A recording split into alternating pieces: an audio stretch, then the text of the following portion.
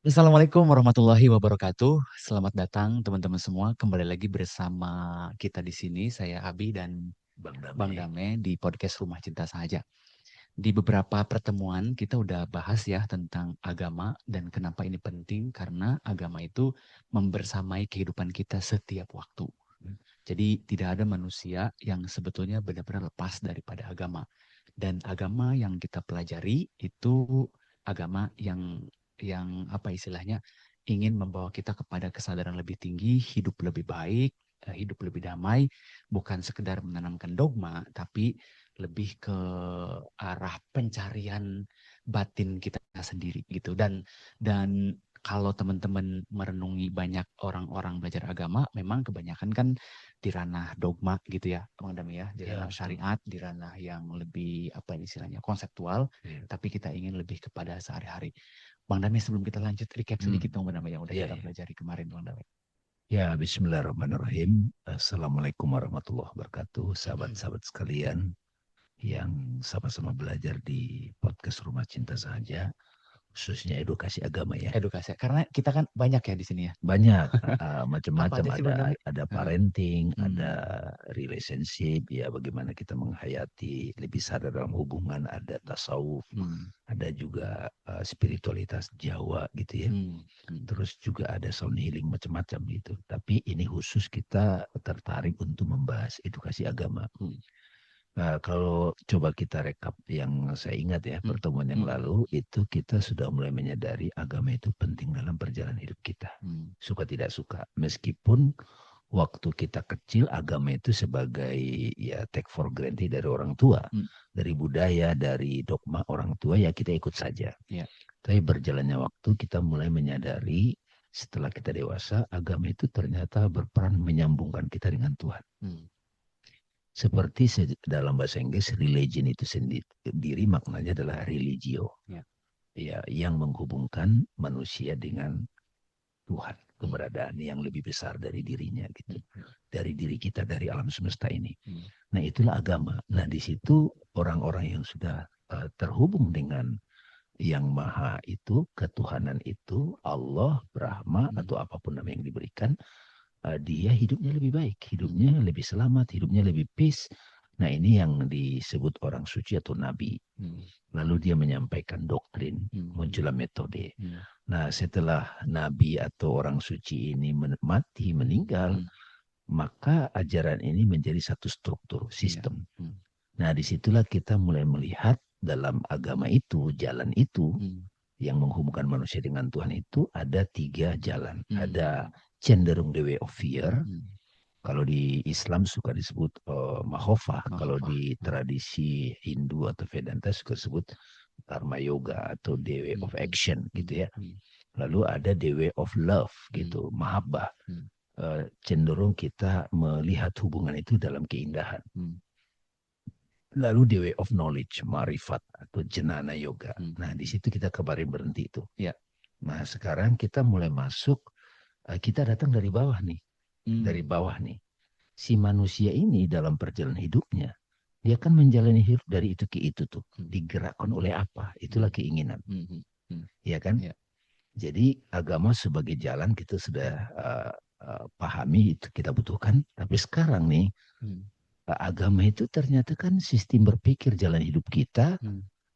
Ada yang sudah besar itu Hindu, Buddha, Kristen, Islam, Yahudi. Kalau di lokal itu ada Badui juga, Hmm. Agama kejawen ada kan banyak ya. kejawen, ya jalan kan, Hmm. atau Indian Amerika, Aborigin, Tao, Konghucu. Hmm. Nah itu semua kan jalan. Nah Hmm. kita sekarang datang ke manusia itu, Hmm. datang ke manusia itu. Ini menarik nih.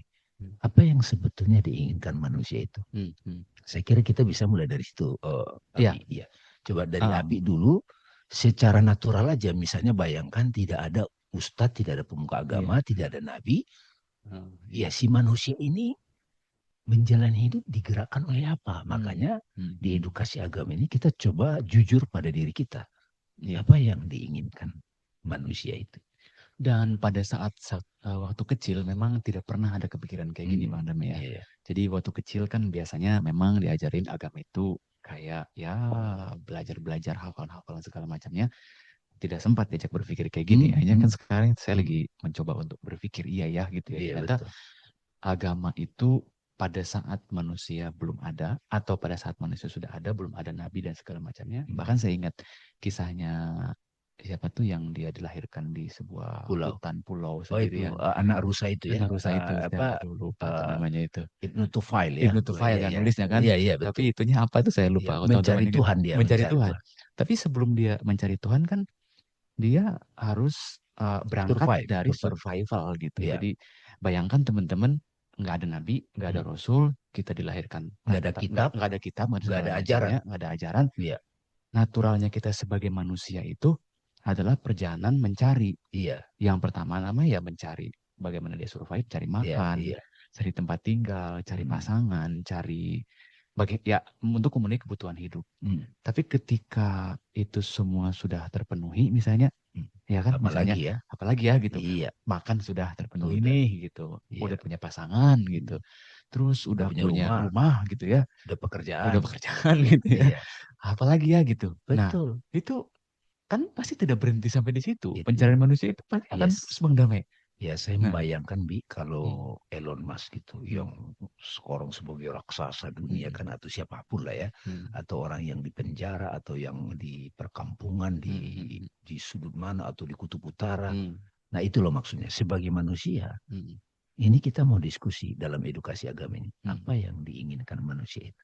hmm, Itu sama dengan bertanya apa yang menggerakkan dia. hmm, Nah, lagi-lagi nih, hmm, ini kita tadi udah diskusikan survival atau saya bertahan hidup. Kayak kalau apa Darwin kan ngomong begitu, hmm, survive, harus survive. Jadi harus manusia survive. itu pada dasarnya dia bertahan hidup. Hmm, Gimana dia bertahan? Nah, di sini kita ambil lagi nih agama nih. hmm, Nah, dalam inspirasi yang sudah ditemukan orang yang sudah mencari, hmm. apa yang diinginkan manusia itu, ya manusia itu menginginkan kesenangan. Happiness ya. Ya, Apa ya? ini kesenangan. Jadi belum ke happiness. Kesenangan ya. Iya, Sesuatu yang buat dia pleasure, seneng. pleasure, Oh, pleasure ya. pleasure. Ya, Oke. seks, Hmm, kemudian makan, minum. hmm, Kita coba cek ke diri kita. Saya juga suka cek tuh, Abi. hmm, Oh iya ya, aku emang digerakkan dari bangun pagi. Kita kan ibaratnya, kalau zaman sekarang yang viral apa nih? hmm. Makanan enak apa Iya. nih? Maaf ya, Hmm, minuman yang enak atau apa yang enak yang membuat saya excited gitu. Nah, hmm, itu yang disebut kita digerakkan oleh satu daya di dalam diri kita tuh kesenangan, hmm. desire. Oke. Clear ya? Clear, clear. Nah, Karena kalau itu nggak hmm, maaf saya potong. Kalau itu tidak dilakukan, misalnya orang eh, dikekang misalnya. dikekang gitu ya, misalnya, oh itu kan nggak boleh dalam agama nih kan, Ya, iya, gitu kan ya, nggak iya, boleh iya. dalam agama nih. Aku Ya. misalnya aku pengen minum ini nggak boleh, pengen jadi problem. Itu dia. Hmm, Makanya kan kita coba lihat dulu secara konseptual. hmm, Betul, saya memang menginginkan. hmm, Saya ingin mengekspresikan kesenangan saya. hmm, Tapi pada satu titik, hmm. tubuh ini kan makin tua. Ya. Mohon maaf, orang yang sudah umur tua juga gairah seksualnya berkurang kan gitu misalnya. Hmm, Gairah makan, selera, itu mulai berkurang. Nah, apalagi gitu. hmm, Atau dia ingin gimana supaya kesenangan ini terus bertahan. hmm. Kesenangan ini terus bertahan. Bisa terjaga, saya nggak perlu capek. Ya. Nah, disinilah ada konsep lagi nih. Hmm, Satu tadi kan kesenangan. hmm. Yang kedua itu muncul, saya ingin ini lebih lama kesenangan ini. Karena yang kesenangan fisik tadi durasinya short gitu ya. Durasinya pendek dan juga Pendek. saya harus bangun pagi, macul lagi, kemana nyari lagi. Hmm, Nah, saya ingin ini bertahan. hmm, Nah, disinilah mulai diformulasikan nih keinginan kedua. hmm, Manusia itu menginginkan berhasil. Kesenangan itu bertahan lama. Nah, hmm, keberhasilan ini mulailah dirumuskan dalam 4 formulasi. hmm. Ya, kita cek aja ke Iya, diri iya. kita. Kita pingin kaya. Hmm, Karena sekarang ini uang itu adalah alat kita untuk mendapatkan apapun, iya. kesenangan. Nggak bisa dibantah. Hmm, Mau punya pasangan yang cakep, mobil bagus, rumah bagus, ya kekayaan. hmm, Katakanlah kita sudah dapat kekayaan ini. Ternyata hmm, desire itu pingin bertahan lagi, pingin hmm, lebih meluas. hmm, Oke, saya sudah kaya. Saya sudah bisa beli apapun, bahkan bisa beli pesawat pribadi gitu. hmm. Saya bisa makan siang di Singapura, makan malam di Turki misalnya, atau makan malam di Australia, bisa gitu. Tapi ada lagi yang dia butuh. Dia butuh dikenal banyak orang. Nah, inilah disebut kemasyhuran, ketenaran. Iya kan? Iya. Masuk akal juga, Bi. Tapi hubungannya dengan agama gimana? Ini formulasi dari agama. Dalam hal ini kita coba intip dari Hindu. Oke, artinya sebenarnya agama itu tidak melarang semua kesenangan diri, tidak. tapi memfasilitasi gitu. Sadari, kenali sampai di mana dia gitu. Oke. Iya kan? Tadi kan kesenangan ini kan kalau hanya kesenangan, keinginan, ya makan sehari, besok cari lagi, makan sehari, besok cari lagi. Nah, saya ingin menjaga. Makanya wajar kalau orang itu pengen kaya. Wajar kalau orang itu pengen terkenal, pengen diterima dimanapun. Ini masih dalam rangka dari sisi kesenangan ini nih. Lalu yang ketiga, setelah dia kaya, setelah dia masyhur, terkenal, dia masih diatur-atur orang. Masih ada peraturan mengikat dia. Makanya disinilah mulai muncul keinginan itu pengen mengatur, berkuasa. Jadi ada kekayaan, ada ketenaran, ada kekuasaan. Saya lihat-lihat, Bi, kalau saya lihat orang zaman sekarang, ini real. Saya pun ada rasa begitu. Mungkin Abi juga ngerasa. Oke, saya udah punya senang-senang. Saya udah bisa. Tapi gimana cara supaya ini lama? Saya pingin kaya. Kalau tabungan saya sudah banyak, oke. Ini sebenarnya diformulasikan agama. Dalam hal ini Hindu. Dihargai gitu. Diapresiasi gitu. Tapi bukan hanya di Hindu kalau menurut saya, Bang Damai. Di Islam pun sebenarnya ada sebuah apa istilahnya ya, hadis mungkin kalau kamu bekerja gitu, maka bekerjalah seolah-olah kamu akan hidup 1000 tahun lagi. 1000 tahun lagi. Berarti kan sebenarnya ini sebuah ada hal yang dieksplorasi. Dieksplorasi. Tapi kalau kamu ibadah katanya gitu kan, seolah-olah kamu mati besok. Kan, itu kan sebenarnya memberikan sebuah kebebasan. Tapi yang tadi Bang Damai bilang, aku notice satu hal. Ada orang yang dia kalau punya kesenangan itu berulang. Kayak misalnya, aku tuh suka banget sama bakso.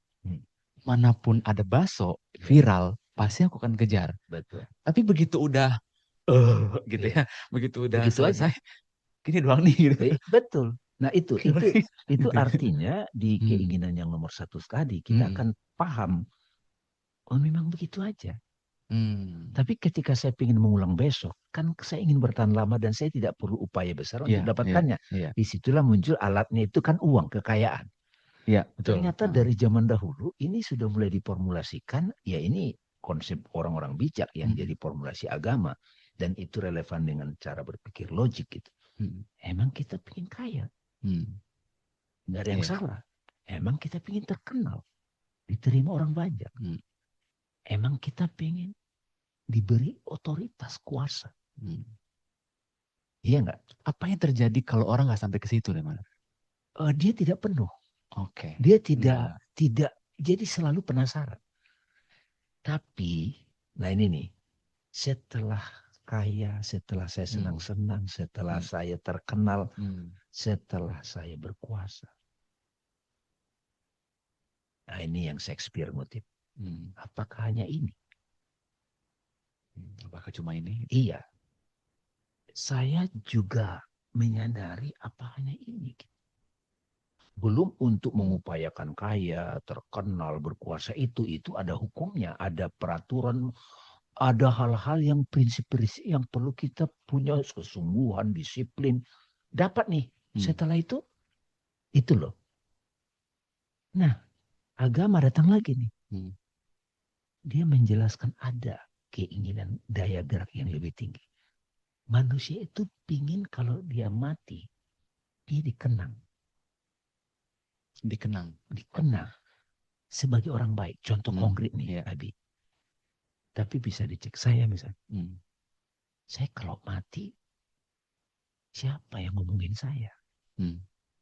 Oke, orang kaya itu, orang terkenal itu, orang berkuasa itu. Tapi ada yang lebih tinggi lagi. Dia dikenang sebagai orang baik. Nah, disinilah mulai muncul diformulasikan ada namanya dharma. Atau ibadah kalau dipinjam dalam Islam. Kalau di Kristianiti hidup ini untuk pelayanan. Nah, ini kita tidak bicara apakah ini doktrin ataupun konsep yang dari agama dicoba dinalar. Iya, dan ini sebetulnya kalau saya tadi melihat penjelasan Bang Name itu sebenarnya perjalanan natural manusia. Yes. Artinya ketika dia sudah melampaui kesenangan gitu ya, maksudnya ketika tadi saya bilang Kesenangan sehari ya. sehari-hari misalnya kayak tadi makan bakso terus kemudian bosan gitu ya, Iya. karena udah terpenuhi, apalagi ya ternyata ada tujuan yang lain misalnya kan. Yes. Tujuanku ya supaya aku bisa jadi seorang manusia, maka aku ingin juga Bahkan punya kekayaan kan gitu ya. lebih halus dari itu, aku ingin bisa beli bakso tiap hari. Nah Aku iya, bahkan bisa punya bisa ngeraktir outletnya. banyak orang, Iya. bisa Nah, punya itulah gitu kan. alatnya apa? Kekayaan kan? Kekayaan kan yang Itu, tadi bilang itu. betul. Iya. Begitu kekayaannya sudah mulai ada, dia udah bisa berbuat banyak, hanya kan dia nggak cukup kaya. Banyak Iya. orang yang kemudian Iya. kayaknya nggak cukup nih, kayaknya Iya. aku pengen dikenal banyak orang. Hanya Betul. kita banyak yang jadi Iya, gitu loh Bang Nele kan, iya, viral-viral. iya. Ternyata nggak cukup juga gitu. Iya. Aku udah dikenal banyak orang, tapi Kok kok masih ada diatur-atur gue? terus gitu kan, Iya. ada rasa yang ini nih. Nah, Gue ini aku pengen ngatur nih. pengen ngatur gitu kan. Nah, Hanya itulah. dia punya kekuasaan. Iya. Nah, begitu naik yang ketiga tadi Bang Nele bilang, Iya. yang lebih tinggi, Dharma. Ini nggak akan bisa dipahami oleh orang yang cuma bergerak di level 1 nih. Nggak bisa. Nggak bisa kan? Nggak bisa. Artinya aku pengen langsung ke Dharma nih. Iya, tidak bisa. Nah, Contoh ya, itu. Ini nanti dicek teman-teman yang mendengar. Ada satu titik ketika seorang ayah, ini kita sebut ayah aja. Oke, saya udah penuh semua kebutuhan anak. Oke. Tapi anaknya tidak merasa. Dia tidak merasakan hadirnya seorang bapak yang dia butuh, yang tulus. Ini loh maksudnya, ada kebutuhan yang ini. Coba saya serap ya. Maksudnya tidak hanya kebutuhan fisik bagi sang anak, tapi ada ruang. Ada yang ya seperti aku sangat tersentuh pada seseorang yang dia hadir saat saya susah, senang dia ada. Nah, ini ada kebutuhan lain nih, ada daya dorong lain. Ini yang dikategorikan dalam konsep ini dharma. Jadi ini kayak secara natural terjadi pada orang. Coba misalnya saya suka nanya, dalam hidup saya ketemu ribuan orang. Siapa yang paling selalu saya ingat? Apakah mereka yang banyak uangnya membantu saya? Atau orang yang waktu itu menolong saya dengan tulus, uangnya nggak seberapa. Ada kehadiran hati. Ada kehadiran hati. Ada satu dimensi yang mulai lebih halus. Yang itu nggak bisa diukur hanya dengan finansial ataupun jabatan atau apa. Gitu. Dan saya ketika bertemu dengan orang-orang katakanlah yang sudah terkenal, berkuasa kayak itu, saya belajar dari kehidupan mereka. Mereka butuh itu. Sementara yang di sekitar mereka, ya Pak, oke Pak. Katakanlah yang nyeneng-nyenengin. Padahal dia bukan butuh itu lagi. Itu jebakannya. Nah ini agama ngasih tahu juga. Kita belum bicara apakah kita bisa merasakan ini semuanya barengan. Atau itu urutan. Nah, nanti kita jawab itu. Oke, setelah saya berbuat baik, saya berdharma, saya bahkan saya rela berkorban, ada semacam kebahagiaan. Saya melakukan yang terbaik. Nah ini kan sudah mulai ranah cinta. Seorang ibu, kebahagiaan dia itu sudah mulai ketika dia sudah melakukan yang terbaik buat anaknya. Mungkin itu juga yang dialami seorang pemimpin atau seorang guru. Mungkin dia disalahpahami, tapi dia telah melakukan yang terbaik gitu. Dan itu dia lakukan bukan supaya dia dibayar, supaya dia diakui, supaya follower dia banyak. Nah dimensi ini itu ada dalam formulasi yang disampaikan oleh di agama. Yang orang yang masih digerakkan oleh desire, kekayaan, kadang-kadang nggak bisa paham. Nah satu lagi, setelah saya dikenal sebagai orang baik, saya pasti masih mati kan? Kalau saya mati, saya bisa dikenang orang, oke lah. Tapi ada satu lagi keinginan yang luar biasa, nomor 4 nih. Abadi. Nah ini saya beberapa kali. Maksudnya ingin hidup abadi? Iya, ingin hidup abadi. Enggak. Nah ini yang disebut self-realization. Atau moksa. Atau tauhid. Nah ini kan perjalanan manusia. Enggak bisa ujuk-ujuk dia juga ke nomor 4. Gitu. Iya. Nah ini diformulasikan di agama. Jadi kalau misalnya sekarang saya ketemu orang atau kita belajar, kenapa ya ada orang dia sudah punya semuanya kok tiba-tiba dia ke sini? Mungkin dia sudah kebutuhannya di sini. Dan itu perlu kejujuran hati ya. Maksudnya Kejujuran. jangan sampai kayak Jangan kan sok-sok sok-sokan gitu. Jangan. Karena ada banyak Iya. gini. Masalahnya ketika ada orang-orang yang menjelaskan untuk ada kita mendengar ustadz yang suka menjelaskan misalnya tentang membenci dunia. Iya. Iya kan? Menghindari aktivitas yang sifatnya politik Iya. atau yang berkaitan dengan keuangan. Iya. Akhirnya timbul sebuah kesadaran bahwa ini adalah tidak baik. Betul. Ketika tidak baik, maka ada relasi yang menjauh dari kesadarannya. Ya. Bukannya dia melewati itu dengan baik, tapi pelarian. Ya. Ketika pelarian, yang terjadi di masa tuanya mengulang gitu Bang David. Yes. Nah ini kan sebenarnya yang harus dihindari. Karena itulah kita bikin edukasi agama ini. Supaya jujur kepada Iya, hati nurani sendiri gitu ya. Betul. Jadi edukasi agama ini kan dalam rangka, agama itu kan keterhubungan. Kan kita tadi udah bilang, katakanlah tidak ada pemuka agama atau tidak ada nabi. Manusia pasti melewati ini. Tapi kita sekarang intip juga nih, agama ini, kitab suci. Kok dia ngasih tahu begitu? Nah, ya kalau misalnya orang, kan setelah dia punya semuanya, terus dia mau ngapain gitu kan? Ya akhirnya orang ingin bermanfaat buat kemanusiaan. Yes, bermanfaat. Misalnya ambil contoh kan? Bill Gates. Iya. Saya suka contohin juga misalnya The Beatles. Dia senang-senang dalam hidupnya. Dia kaya. Dia terkenal. Cuma dia nggak berkuasa aja. Keterkenalannya itu menghipnosis banyak orang. Tapi faktanya ini sejarah ini kan kita belajar kemanusiaan. Mau kita lihat edukasi agama ini bisa nggak membedah kehidupan orang ini. Akhirnya mereka ke India mencari apa sih yang betul-betul dicari manusia itu. Terutama John Lennon sama Josh Harrison. Gitu. Jim Carrey juga begitu. Saya perhatikan, Bi. Saya juga mengalami itu. Tapi saya juga tidak mau lagi, kamu tolak dunia. Enggak. Karena perjalanan di situ. Perjalanan orang itu di situ. Nggak bisa dipakai. Tapi juga saya ketemu fakta. Ada orang sudah berkuasa.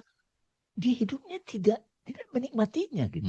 Tapi ada juga orang yang kere nggak menikmati juga. Iya, benar. Maksud saya, inilah kenapa kita buat edukasi agama ini. Supaya paradoks itu bisa dipecahkan bisa gitu ya. Disinkronize, bisa kita temukan titik singgungnya. Iya. Kan kita tidak harus tenggelam, kapal kita tenggelam untuk belajar dari tenggelam. Kita tidak harus kejedot untuk bisa belajar. Nah, disinilah edukasi agama.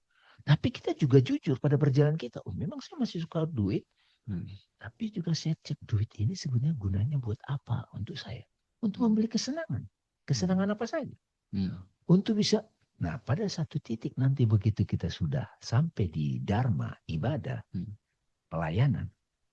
Uang itu oke, saya buat kesenangan saya. Berapa kali sih kita makan tiap hari? Iya. Atau kalau kita bisa makan yang harganya 20 juta di mana gitu tuh 30 juta. Ya perut segini-gini aja. Iya. Tapi ketika kita gunakan uang kita itu untuk mengajak orang ikut berbahagia. Itu kan jadi beda. Bisa nggak dari awal itu kita pingin kaya tapi niat kita begitu? Bisa juga. Nah disinilah seninya hidup. Karena ujung-ujungnya coba deh cek teman-teman sekalian. Setelah saya punya semuanya. Pasti ada diri kita, saya ingin membahagiakan orang-orang di sekitar saya. Yeah. Saya ingin mereka mencicipi. Saya ingin mereka itu merasakan. Yeah. Pasti begitu kan. Nah di situ kan ada nih tilasan-tilasan intensen dari itu. Nah itu loh maksudnya yang dikatakan agama itu harus dilihat secara intelektual, direlasikan dengan perjalanan hidup manusia kita itu secara jujur. Karena itu sebuah tawaran. Gini, kenapa kita nggak sampai ke situ? Banyak orang yang tidak sampai ke sini karena dia berhenti belajar tentang agamanya kan, dan hanya terpaku pada teks yang kita tahu proses bagaimana diturunkan itu harus banyak penafsiran. Karena itu di sini kita pengen sharing juga teman-teman melihat agama itu dalam arti yang lebih luas kan, lebih luas sebagai bagian dari integrasi kehidupan kita gitu. Jadi ketika ada persoalan hidup yang mentok, misalnya contoh aku krisis finansial nih, Iya, gitu kan, di betul. usia parubaya misalnya. Hmm. Terus apa jawaban dari agama gitu? Ya, Apakah jawaban dari agama itu memang mengutuk finansial? Dan ya, ternyata sebenarnya enggak. tidak, Itu tidak. memfasilitasi kita semua untuk ya kalau kamu krisis finansial ya selesaikan di situ. Selesai. Karena kalau ini enggak dikejar Hmm, sampai tua, bagaimana kamu akan ibadah di masa tua nanti? betul, Bagaimana kamu bisa berbagi kepada banyak orang kalau ini betul, enggak selesai? Jadi agama itu bukan sebagai tempat pelarian betul. melindungi kita. Oh aku nih nggak mampu nih secara ini, terus oh yaudah aku jadi zuhud aja deh, jadi apa Hmm, gitu tuh. bukan, Sadari masalahmu itu di mana, betul, cari jawabannya di agama gitu loh betul. Bang Deme, ya kan? Iya. Gitu Dan loh. satu lagi, Hmm. kita mempelajari dengan jujur apa kebutuhan kita. Hmm. Iya. Kita pelajari dengan jujur. Jadi, misalnya gini, misalnya untuk Hmm. kekayaan. Hmm. Ini bimbingan dari yang saya dapat dari edukasi agama.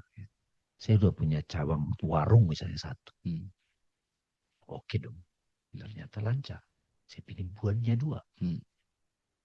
Ya agak effort dong. Iya. Tinggal saya duplikasi aja. Hmm. Cuman saya butuh cari orang yang Hmm. bisa saya percaya. Hmm. Kalau saya semua yang menjalankan, repot saya. Iya. Apakah saya jadi nggak bisa saya menikmati hidup? Hmm. Oke, ketemu orang. Iya. Udah, bikin 2 warung, Hmm. bikin 3 warung, 4 warung, 5 warung. Nah, di sini kan saya mempekerjakan orang, saya membuat orang lebih banyak menikmati. Hmm. Tapi sebenarnya kebutuhan saya kan tetap sama. Iya. Itu loh maksudnya. Jadi, disinilah kita perlu cek. Saya sebetulnya, apa sih yang diinginkan oleh si manusia itu? Hmm. Iya. Yang, Oh yang diinginkan oleh kalian. iya, yang diinginkan Oleh oleh kita teman-teman semua. itu apa lagi? Apa sebetulnya yang kita inginkan di level terdalam? Iya. Oke, kita ingin senang, kita ingin kaya, Hmm. kita ingin punya banyak uang. Oke, setelah itu juga perjalanan kita, berapa kebutuhan kita. Hmm. Kebutuhan itu kebutuhan makan, kebutuhan tempat tidur. Hmm. Itu yang Abraham Maslow kan juga bikin kan, Iya basic betul. needs sampai Hmm. kepada aktualisasi diri. Nah, Self esteem yang di atas. self-esteem, rasa aman, sampai yang tertinggi itu actualization, Hmm. self-actualization. Iya. Nah, itu ternyata hampir sama dengan yang nomor 3 sama Hmm. moksa itu. Hmm. Iya. Dan menurut catatan sejarah, Abraham Maslow itu mengatakan, saya membaca ini seperti urutan. Tapi dia cek juga. Sebetulnya di ujung hidup saya ingin mengenalkan ini juga di awal. Iya. Hmm. Coba misalnya nih, ini edukasi agama lagi. Iya. Misalnya kita mendidik anak, udah lulus kuliah. Hmm. Kamu harus kaya. Oke dong, kamu harus terkenal. Tapi ada konsekuensi, kamu harus berkuasa. Hmm. Atau begini, kamu temukan apa yang benar-benar membuat kamu merasa hidup, Hmm. merasa berguna, kreatif. Hmm. Ternyata dia kaya. Iya. Ternyata dia bisa di mana-mana Bisa dibicarakan. berkembang. Hmm. Ternyata akhirnya dia jadi dipercaya, jadi berkuasa. Hmm. Nah, ini kan pilihan nih. Iya. Saya tidak mengatakan harus begini, urutan boleh, silakan. Hmm. Tapi inilah edukasi agama. Hmm. Atau kita buat barengan. Hmm. Saya pribadi, ini teman-teman. Hmm. Ini pertanyaan banyak orang, ini kita masukkan dalam edukasi agama. Hmm. Ini setelah anak saya lulus SMA dulu. Hmm. Itu pasti persoalan kuliah di mana. Hmm. Itu dasar kita apa? Oh, supaya dia cepat kaya. Hmm. Itu kan perspektif. Hmm. Itu yang paling, oh kerja di mana? Hmm. Itu oke. Terus, atau gini. Nah, ini udah tahu nih orang tuanya.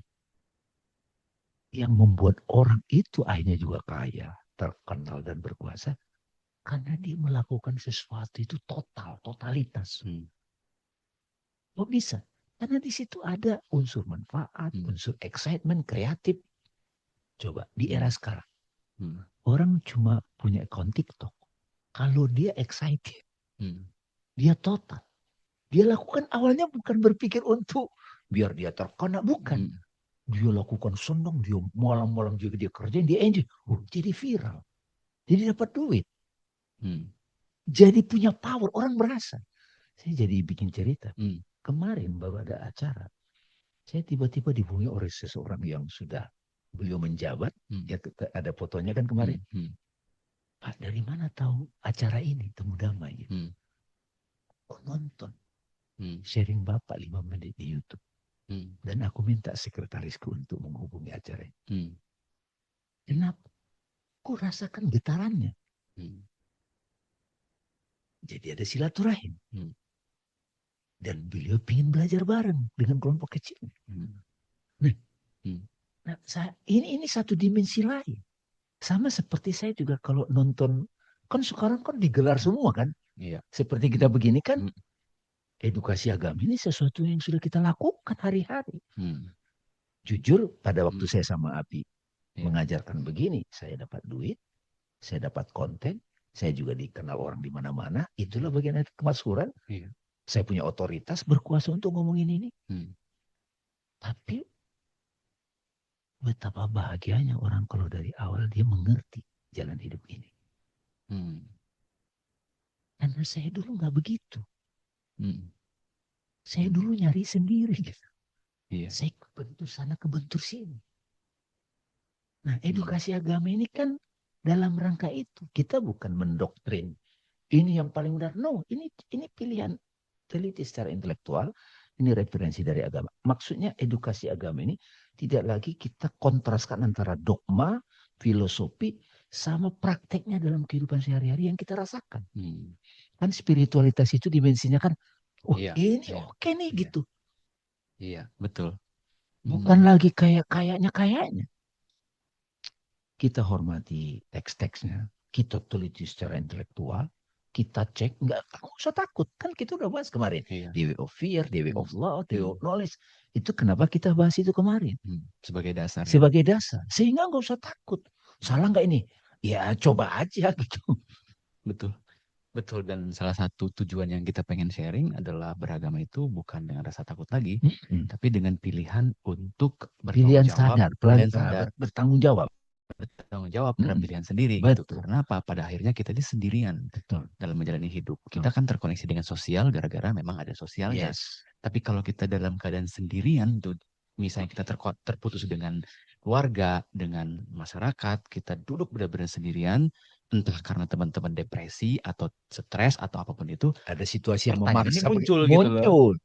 Apa yang diinginkan manusia. Saya beberapa kali ngalamin ini kalau misalnya lagi nggak ada pekerjaan, nggak ada undangan, nggak ada proyek. Saya tanya sedikit Mas Abi. Ini Abi ini pernah waktu zaman COVID itu pernah kena COVID.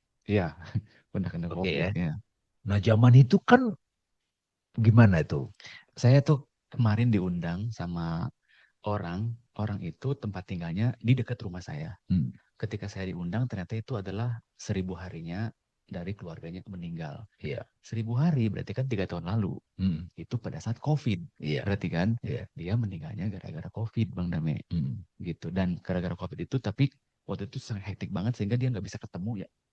Orang tuanya yang meninggal itu kan dulu mah kalau kena COVID kan nggak boleh ketemu sama sekali kan gitu. Itu betul-betul diisolasi. Isolasi banget gitu. Kayak monster itu. Kayak monster. COVID. Dan pada saat orang itu meninggal itu persis saya juga lagi diisolasi di apartemen saya. Gitu. Saya cerita saat itu kan. Ternyata pertanyaan-pertanyaan penting itu muncul pada saat kita menghadapi sesuatu yang kita kira ini adalah the end of life gitu. Kayak orang saya kena COVID tuh nafas jalan ke kamar mandi aja ngos-ngosan. Itu sakit banget ya. Sakit itu enggak Bang Dame, enggak sakit, tapi nafas kita itu pendek gitu. Itu mau mati rasanya. Itu mau mati dalam arti kata, ini stres sedikit udah langsung, kan kalau pikiran stres pasti berpengaruh ke fisik dan cepat gitu nafasnya. Jadi benar-benar dijaga. Yang paling berharga itu nafas tuh. Ya Allah gitu. Ini yang setiap hari itu nggak kita syukurin gitu loh. Itu yang saya alami tahun 2008. Gitu. Terus saya dikagetkan sama dokter yang datang ke tempat saya. Dia ratusan kali mengobati pasien, tapi nggak pernah kena COVID. Dia cuma nggak pakai APD juga, cuma pakai masker doang. Kok bisa Pak gitu? Ya saya bahagia aja gitu. Lah, aku mau ngajar kebahagiaan Pak. Gitu, tapi kok kena gitu. Ya coba deh gitu. Jadi agama saat itu Bang Damai bagi saya kayak, apa ya gitu. Aku sholat aja nggak bisa. Sampai saat itu tuh tidur aja nggak bisa. Iya. Karena pikiran kan hidup. Iya. Gimana ya, gimana ya, gimana ya. Gak bisa tidur gitu. Ya Allah tolong. Gak berasa juga. Hmm. Jadi balik lagi. Selama ini kamu beragama gimana? Yes. Apa sih? Apakah cuma ritual doang, sholat 5 waktu, tepat waktu? Yes. Tapi begitu kamu sakit, nggak ada satu pegangan yang bisa dipegang kemudian menyelamatkan gitu. Yes. Puasa, nolong orang. Tapi yang real Bang David. Yes. Kebaikan kita pada orang Hmm. tanpa pamrih, ikhlas tuh, itu balik Bang David datang. Yes. Saya banyak dapat dukungan saat itu. Hmm. Saya berefleksi, oh ini mungkin karena. Hmm. Jadi agama itu sebenarnya bukan hanya ritual gitu, tapi sikap hidup kita pada semesta, pada orang-orang. Dan sebetulnya yang ingin disampaikan di agama itu, berbuat baik, itu datang dari irodah terdalam itu. Irodah terdalam? Iya. Coba ini dapat nih Abi. Tadi waktu Abi ngomong itu saya merinding. Nah, itu loh maksudnya. Apa sebetulnya yang diinginkan manusia? Apa yang menggerakkan dia? Jadi kita udah ngomong. Kita nggak bisa tolak kesenangan. Pingin kaya, oke. Pingin terkenal, oke. Pingin berkuasa, oke. Tapi pada saat ada di situasi kematian, Abi tadi ngomong ini pelajaran nih buat kita. Saya soalnya pernah merasakan itu. Iya, saya jikir, saya wirid, semua nggak bisa nolong Tuhan yang saya sembah selama ini. Saya merasa saya tidak tertolong. Betul. Di situ saya menghargai yang orang suka lupa. Sang hidup. Itu kenapa the direct path. Jalan langsung mengalami apa yang diinginkan manusia. Hidup. Nah ini juga masih kata-kata, ini jadi konsep nih. Harus ngalamin sendiri. Betul. Situasinya harus dirasakan. Nah, jadi formulasi tadi, apa yang diinginkan manusia? Kita hormati ya kesenangan, kekayaan, ketenaran, kekuasaan. Tapi ada satu titik, itu loh kata-kata mengabdi, berdharma itu. Jadi bukan bentuk ritualnya yang tampakkan itu. Bersedekah. Misalnya saya sholat. Saya sholat ibadah di level 3. Kenapa? Karena saya terhubung. Karena dengan saya terhubung, saya akhirnya seluruh pori-pori saya, seluruh pikiran saya, seluruh kehendak saya, imajinasi saya, memori saya, itu digerakkan oleh irodah itu. Irodah itu kan kalau ini kita lari ke tasawuf. Kehendaknya. Jadi kita tadi sempat nanya, apa yang sebetulnya diinginkan manusia? Kita masuk lagi.